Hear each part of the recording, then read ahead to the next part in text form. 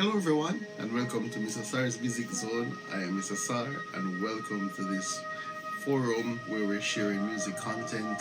I'm glad for your support, glad for your sharing and your liking. And encourage others to jump on the bandwagon if you find that this content is beneficial for your development or somebody that you know. So today we're gonna talk about why music. Um, just like any profession, like a doctor, lawyer, teacher, truck driver, garbage collector, why do you do what you do? Besides the passion, besides the drive to do it, what are some of the reasons that we do music? And I'm gonna go through a couple of those with you. So, for example, persons who are pursuing music and don't know what to do, why are you doing this? I'll highlight some things that they may help you. Right. So, first of all, music is a universal language. Speaks about language. There are times when you can't express yourself through words, but when the music plays or when you sing or scat or do an instrumental, then people can relate to the particular mood or the emotion that you do set. Music enables our lives positively. I mean, there's some music that really impact negatively, but a great 90% of the time, music is a positive impact on our lives. Music is math. When you talk about music being an integration, music and math, they're first cousins because everything we do in math we count, everything we do in music we count. There are certain formulas that we do in math that really the same concept will apply to music. For example, if there are 4 beats to the bar, that does not change. That's the perfect formula. It keeps on going to that 4. So no matter the variation of the notes or the silence, you still have 4 continuously. And manipulating the elements of music is really pivotal in helping you. So, for example, pitch that speaks about high or low, tempo that deals with fast or slow, dynamics that deals with soft or loud, and you have form that deals with structure. You also have texture that has to do with thick or thin layers, and so on and so forth. Pulse, which is a steady beat, rhythm, long or short sounds. Those will help you into understanding the language of music and how to manipulate them as you go along. So music is also physical education. Why? Because you require a lot of technique. For example, how you sit to sing, how you stand to sing, what's the posture that you take to breathe properly, or you sit with an instrument, what's the technique that you use. If you have bad posture, then you will have bad sound. If you have good posture, you have good sound. It's also the control of your back, your stomach. So in order to understand that your rib cage has to have flowing air, if you're a wind player or a singer, how you do all of those, that is really important for you to know.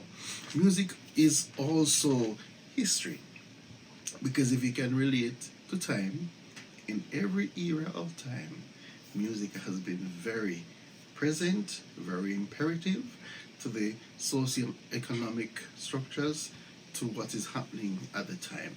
So if you look back as far as medieval times within the Western music or Western art music, in our Jamaican context, we speak about timeline of reggae, stemming from Mento. US may have like jazz and blues, so each culture has its own timeline. But if you look through and read, you'll find that music has been very important in terms of timelines. What was happening at the time? What were the notable composers? What type of music was there? Is there a particular rhythm structure, the compositional idea that was beneficial for that particular time? Music is art. Everything that you see around, if you notice, like within the Western, you talk about Van Gogh, you talk about Michelangelo, how these works are inspired by music. And when you do present music, you're presenting it as an art form. You know, you're painting a picture for everybody to see. You're putting against a canvas, you know, what the mood is supposed to be like, and that will engage your audience to kind of tell a story. Because while you're also performing, or there's any somebody performing, there's a story being told. So what's that story against what art form, what picture is being painted in front of you? So it's really sounds against the canvas of life. Um, Music is also science.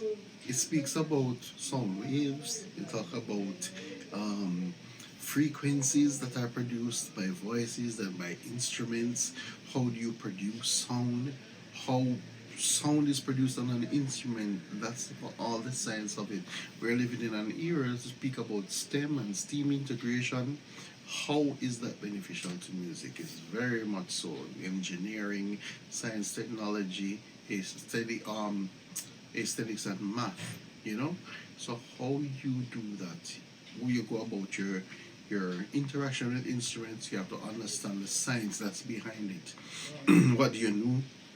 What do you need to do to get the sound? What do you need to do to get the proper sound and technique?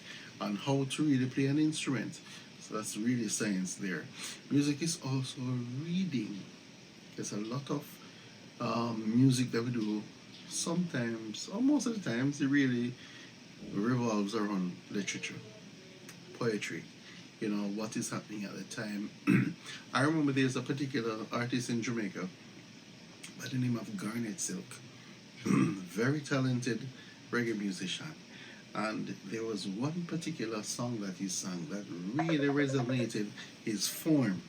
And when you look at it, it was really from a poem.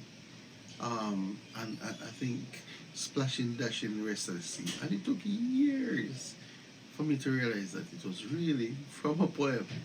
But the way that he sang and presented that, it was almost like he owned it, you know. So it's a knowing reading, what knowing content, knowing history. Um, Persons who do vocal music, a lot of that surrounds reading. And music is reading of itself. If you have formal notation, you really read to see what is happening. So you can pick up a score, read it, you know exactly how to sing it and what notes to sing. So that is there as well. Knowing everything that we do, we talk about parameters of education, of music education, that is. Normally, the domains of education, you have your cognitive, your psychomotor, your affective. We do those are important for music as well. But when we talk about music within its own self study, we're thinking about three main parameters.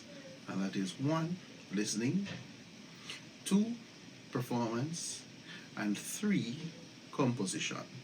So you're performing to an audience, you're listening with intent, so there's a particular purpose of listening. You're also creating.